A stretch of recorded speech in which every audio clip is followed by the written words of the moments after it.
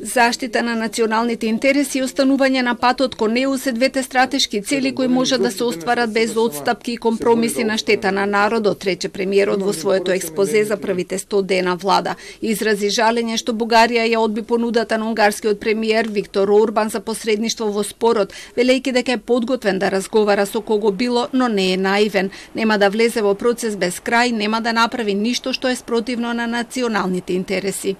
Не сме сами, имаме многу пријатели кои што се дел од европското семејство. Продолжуваме да градиме пријатели кои што се дел од европското семејство, а ако мислите дека треба да ги полираме чевлите на некои од политичарите и земјите членки на Европската унија и дека тоа е начинот и правиот пат, простете, јас не сум добар соговорник. Со мене може да се разговара само врз основа на аргументи.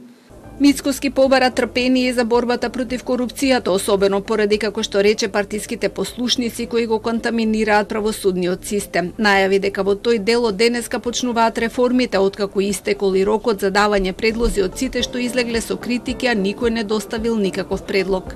Зошто не апсиме? Нити како човек, нити како универзитетски професор, ниту како политичар, нема да дозволам од тоа да праваме страда. Ниту имам намера како човек, преку својата позиција и злоупотребите на институциите кои што се дел од македонската влада, да манифестирам сила, моќ и реваншизам. Потребно е криминалот и корупцијата да бидат казнети. Но има институции каде што се водат тие процеси, има закон, има устав пред кој тие кои што сториле криминал треба да одговарат. Тврди дека ДУИ нема да влезат во владата како што деновиве се шпекулираше во јавноста откако дадоа поддршка за закони кои се носат со двотретинско мнозинство. За коалицијата рече дека е стабилна и покрај различните мислења. Секогаш и во едно семејство може да се случи на моменти да имате различно мислење.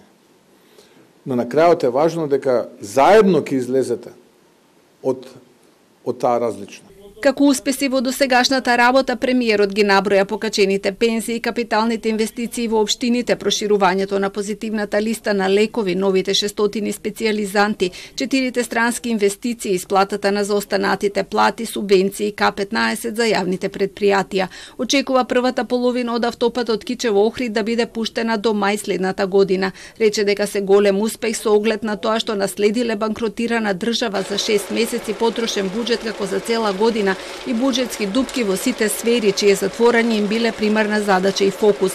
Призна дека направили неколку гафови, но рече дека е човечки да се греши, се додека не се катастрофални.